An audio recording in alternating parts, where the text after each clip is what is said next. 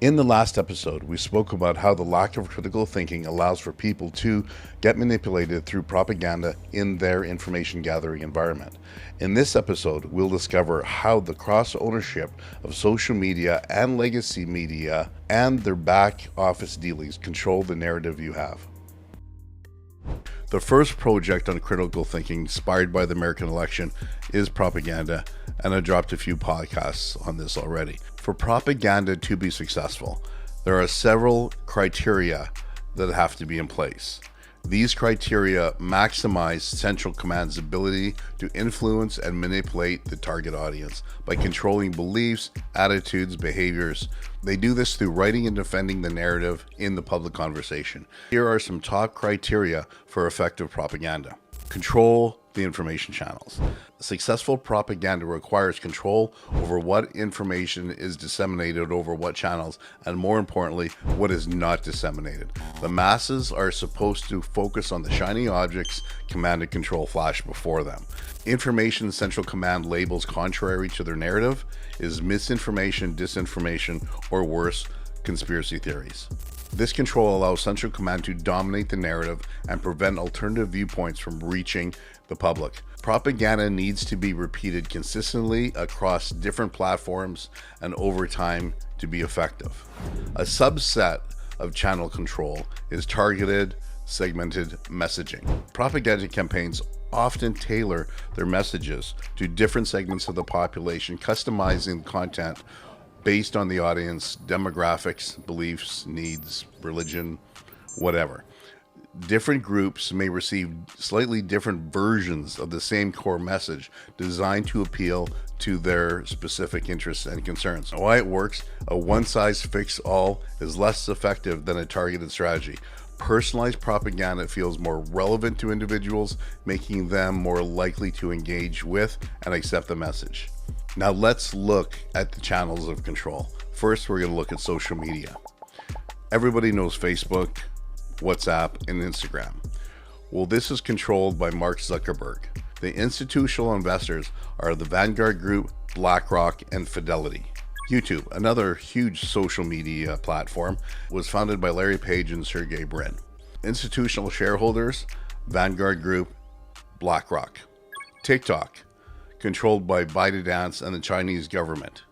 One of the major shareholders besides the Chinese government are Sequoia Capital, SoftBank, and General Atlantic. WeChat, another social media platform owned by Tencent Holdings and the Chinese government. Other institutional investors include Vanguard Group and BlackRock. X, that's Elon Musk, as everyone knows, but Twitter used to be owned as well or invested in by Vanguard Group and BlackRock. Snapchat, Evan Spiegel and Bob Murphy are the major shareholders, Vanguard Group, BlackRock, institutional shareholders. Pinterest is not one I'm too familiar with, but I realize it's very huge. Ben Silverman is the co-founder. Again, institutional shareholders, Vanguard Group, BlackRock, Fidelity. Now let's get into the mainstream media. Fox News, owned by the Murdoch family, institutional investors, Vanguard Group, BlackRock. CNN, John Malone, major shareholder, institutional shareholders, Vanguard Group, BlackRock, State Street. CBS, the Redstone family, institutional shareholders, Vanguard Group, BlackRock, State Street. NBC, MSNBC, Roberts family, institutional shareholders, Vanguard Group, BlackRock, State Street. ABC, major shareholders, Disney, with institutional shareholders, Vanguard, BlackRock, State Street. Now we can see the connection between mainstream media and social media is through the institutional shareholders of BlackRock, Vanguard, and State Street. But more important to notice that these three private equity companies are huge globally. So they also do private business with each of these entities as well. So it's not the shareholding that we might see at 3 or 4%, but it's also the business that's done outside of the public view in the private business which they do. This is where the real control comes. If there is control by either party, you are going to get propaganda along a narrative that is meant to control and manipulate you. You can see why the fight right now is over the concept of misinformation, disinformation, etc. when independent channels speak. When people are only exposed to one perspective or narrative, they are less likely to question or seek alternative viewpoints. Why this is a very scary and challenging video is that we have a representative of a national party saying there's no First Amendment protection over misinformation. I think we need to push back on this. There's no guarantee to free speech on misinformation or hate speech, and especially around our democracy. Well, who determines what misinformation is? We saw from 2020 to 2022 a lot of information that we know now is not true information. And this came from the government. So who defines misinformation or disinformation? Is it the government? MSNBC? Who knows?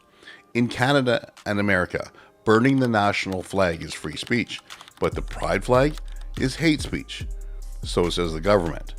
This is an example of how controlling the narrative is so important. Pause the video and write in the comments if you think this makes sense or is hypocritical. Ask anyone who is 60 years old if hate speech was a possibility 40 years ago. They couldn't, because hate speech wasn't even a thing yet. Ask whether a patriot would be racist 40 years ago. Both Democrats and Republicans would laugh at you. This is why Democrats and Republicans should be concerned, because anti-constitutional propaganda affects everybody the same way. Maybe one group first, but all groups eventually. Death to Canada! Death to the United States! And death to Israel! Critics, including the federal conservatives, saying the Liberal government must take action. Samadoun has been fomenting these violent and horrific protests and mob actions.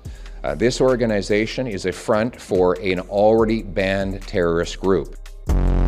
Good evening. RCMP have been called in to investigate a possible hate crime at a Halifax area school. This after a pride flag was reportedly taken down and set ablaze. We begin the first hour of Fox and Friends with this. This is unbelievable. Anti-Israeli protesters find the Hezbollah flag in front of the New York Stock Exchange. Yes, the terroristic flag located in Lebanon. They're chanting also "Death to America" in a few languages while marching through the streets of various cities in America.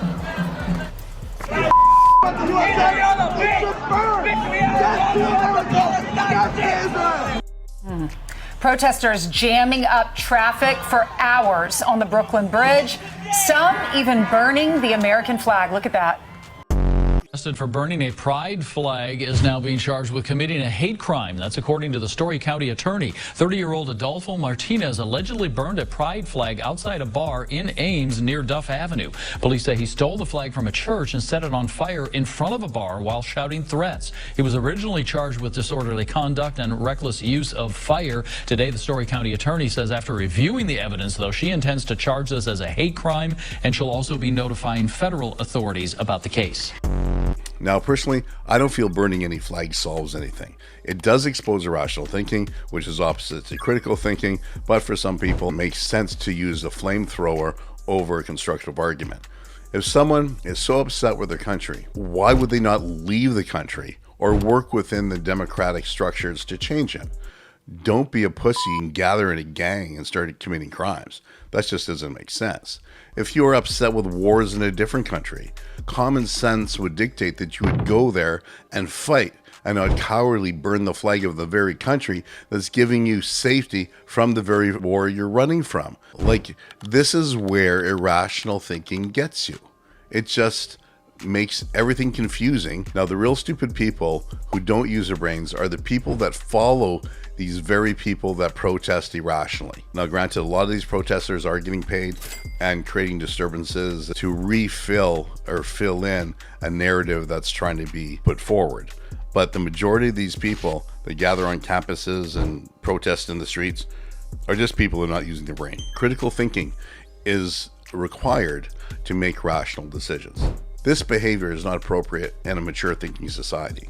The lowest form of intelligence is destruction. It's primal, and we have evolved as a society to take on challenges with peaceful discourse. Irrational thinking just causes your brain confusion, as there's no solution to the problem.